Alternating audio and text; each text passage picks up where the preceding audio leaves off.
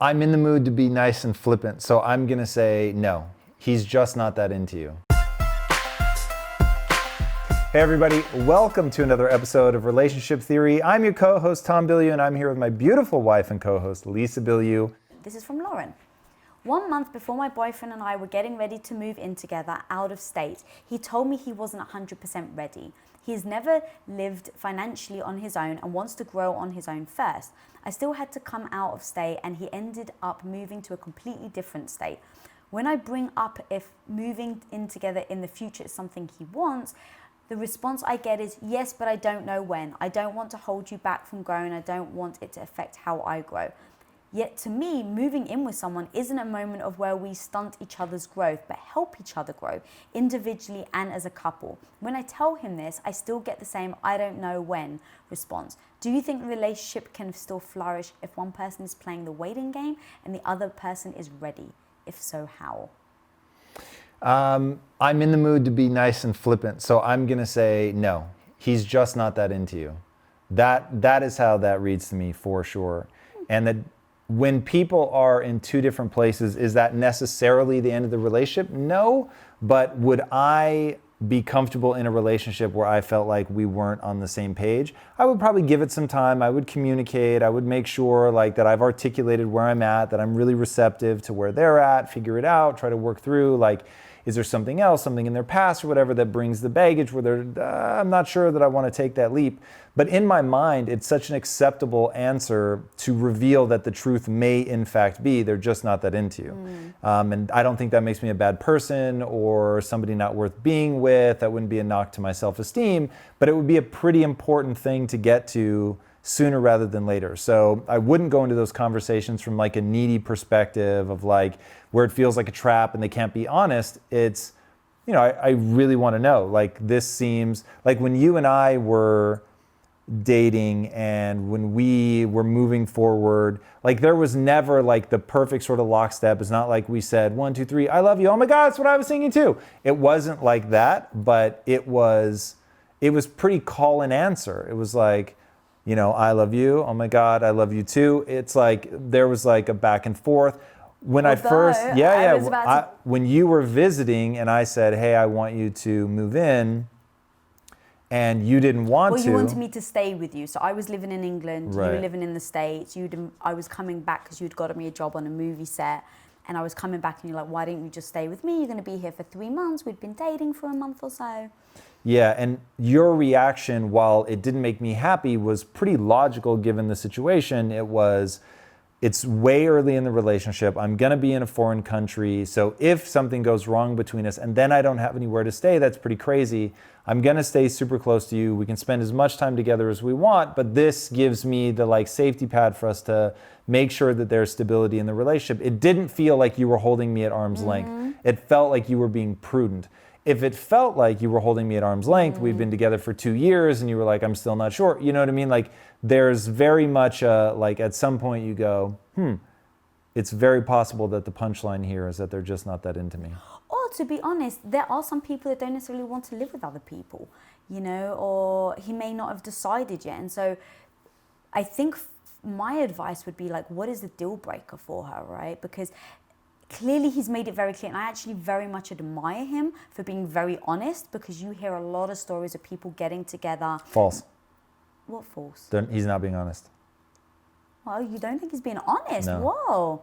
That came out of left field. Why don't you think he's being honest? I don't know, but here's my gut instinct is I don't know if he's being honest. I just think that you have to, given the reaction, I think you have to be very open to the fact that they don't want to move in. Like someone should be able to really articulate why it is that they don't want to move in.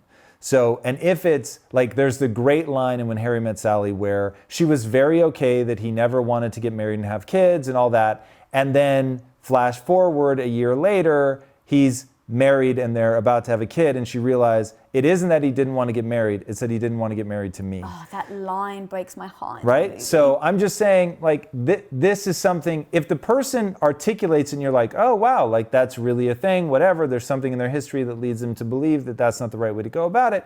But like, there are definitely people in my life who don't want to get married because they are terrified of marriage. And you have to be able to tease out whether they're terrified of marriage because of something that happened or whether they're terrified of marriage with you. And that isn't an easy conversation to have, but it should be a conversation that you have and you're able to talk through and you get their perspective and you're like, okay, I see where this is. It's either, as you said, a deal breaker or it's not. You have the conversation around values. And is it just that I value marriage and you don't, but otherwise everything about the relationship is perfect and you make me feel like you're number one? I feel it. Not intellectually, I feel it. I know that you're in. I know that you're invested. There's all this trust. It's like when those things are like off and the relationship's not firing on all cylinders, it's like, to me, a relationship has to be worth the massive sacrifices, which means it has to bring you something so extraordinary that it's just sort of self-evident. Like our relationship has always been pretty self-evident to me that it was worth the sacrifices. In the beginning, though, I really asked myself the hard questions. I used to get sick a lot. Was I going to be willing to be with somebody who was sick all the time like that? And I really had to think through that. And so it's like asking the hard questions up front, being really open and honest. Let's just hold for a second because you ran past that very quickly, but that's actually really powerful. Can you just repeat that and your thought process? You used to get sick a lot. Like, and then we had a nice run there where you weren't getting sick all the time. And now we're back in a spell for like the last almost 4 years where you've been sick a lot. And luckily I had faced that reality early on, which was, is she so amazing and does she make me feel so good about myself and better about myself when I'm with her than when I'm not? And like to this woman's point, that we're building each other up, that coming together has been more empowering. It's not distracting me from the other things that I want to do in my life. It's like this force multiplier. Is all of that so true that it's worth dealing with the fact that she's sick all the time? And the answer for me was yes, definitively. So I could move forward unabashedly saying like, yeah, when I say in sickness and in health, I mean it. And so I'm not going to be surprised. I've thought through this stuff.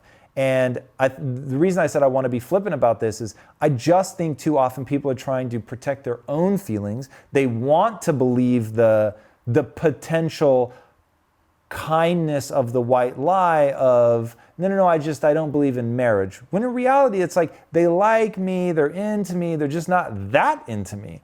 And I think really being open to that, really just having that conversation and not somehow thinking that that's bad on you. And if it is, like if you have a character flaw, a deficiency that makes that the answer for most people, rad, it's not a death sentence. Now you know, address it, and you can improve and get better. And I just would so much rather the candid truth that will be hard to hear, it will sting and all of that, than the like, no, like it's framing. It's like, no, it's not you. It's just he's not quite comfortable moving in. It's like he's worried that you're going to distract him. I'm telling you, in fact, the more I think about this, if somebody's saying, I'm not sure I want to move in with you because moving in general could just be a distraction from my goals, they do not feel about that person the way that I felt about you. That's just the reality. That's fair. Also, though, I think sometimes people don't know. So, like right now, he may be like, yeah, I do want to move with you, but it's not the right time. What kind of bullshit is that? So what? All right, yeah, you called me on it. I guess where I was going with that is, deep down, he's like, yeah, maybe one day. So it's not like I never want to, and I'm leading Let this them poor on. woman off the hook. But It's I'm like, just saying, though, I don't necessarily think that someone's always leading someone astray on purpose. I think that he may be in a situation where, like, he may really like her, and maybe one day he does want to move in with her, but it's just not right now. But if they're articulating that, and he's like, look, I have really strong feelings for you, I'm super into you, but I'm just going to let you know right now where I'm at. I don't want to live with somebody. I need way more selfish time than that. Right. And then if I'm her, I say, okay, well, let me ask, is it the moving in with me? Because what if I said that you could have the exact number of hours spent as selfish time, but we live together because I like the proximity. Even if you're doing something completely without me, I just like being around you. I like to have your smell in the house. I like to know that, you know, we're building this thing together, that even our money is coming together to pay for the same rent and all that. That's very meaningful to me. Is it really just the free time? Yeah. Oh, yes, it is.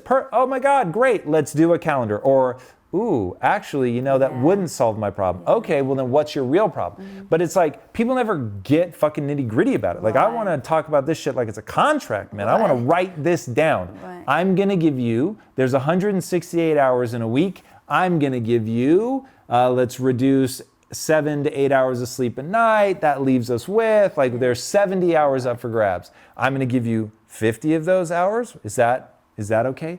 No, 50 is not going to cut it for me. I'm going to need 65. You need 65 hours of remaining free time? Like, you're only going to give me 5 hours? Come on, I'm worth more than 5 hours. Like, but now we're really fucking talking about it. And now it's like, you know what's interesting? My cutoff is 12 hours. If I don't get 12 hours, I'm not interested in this relationship. It will make them have the very uncomfortable conversations to really see where they're at. It's one of the, I'm telling you right now, if in your company you get an opportunity to read and write contracts, do it. When I first started doing it, I was like, I don't like that I can't understand contracts because I feel like someone could take advantage of me. But then as I started doing contracts, I realized, ooh, these are actually really interesting. It forces you to write shit down. And to think about the little details. Yeah, that like, you what may do I not be really care saying. about? Yeah. Yeah. Also, though, and maybe this isn't the issue for him, but I mean, people, obviously experiences do rub off. So if you've been in a relationship before and you've moved in with somebody and it didn't end up well, like, it is very, very difficult to start over. And so that can leave, you're giving me a look, that can leave and I don't think that that's his situation, but I'm saying in general, if people have like, oh, you know what, I already lost my first apartment with my ex-boyfriend or my ex-girlfriend, and it was so difficult, and it took me a year to bounce back. If you're feeling the anxiety, if your partner wants to move in with you, and you've still got anxiety over the past, I would say, like, try to open up with your partner and let them know how you felt about your last breakup, what you went through, and that is a true fear. Because I think opening up and communicating about that, you know, is letting someone know that, you know, maybe I do want to move in with you, maybe I don't, but right now I'm fearful. Like, having those conversations. Love it. And then play no bullshit, what would it take? In fact, that's a fascinating question to ask somebody. What would have to be true for you to be willing to move in with me? We've been dating for 8 years. Is that a must? That we keep your apartment and we don't let it go so that you had a place to move back to? Like, there is an answer where it's like, yeah, that would actually work. Or you realize, no matter how much I chase you, there's always some problem. Right. And you're always like, no, it's not quite right. Oh, this, that, or the other. Like, you'll find out real fast if this is a logistical problem that can be handled. Because here's the thing, if you're gonna maintain 2 apartments anyway, keep one fucking empty. So that you can then move out immediately if we have a problem. You don't have to re-find an apartment. There it is. It's got, you know, it's ready to rock and roll. But you need to have a discussion of why you're keeping it, because of course one person may see it as like, oh, you've only got 1 foot in the door and 1 foot out. Yeah, but to have that conversation, like you said, and it's like, this is what would have to be true, and then great, then let's do that. It's not like... Or are you willing to do that? Yeah, like it will help you find out where their actual pain point is. Yeah, and that's what we do together all the time. It's like, no bullshit, what would it take? We lay out what it actually will take, and then we say, okay, and now are we actually willing to do that?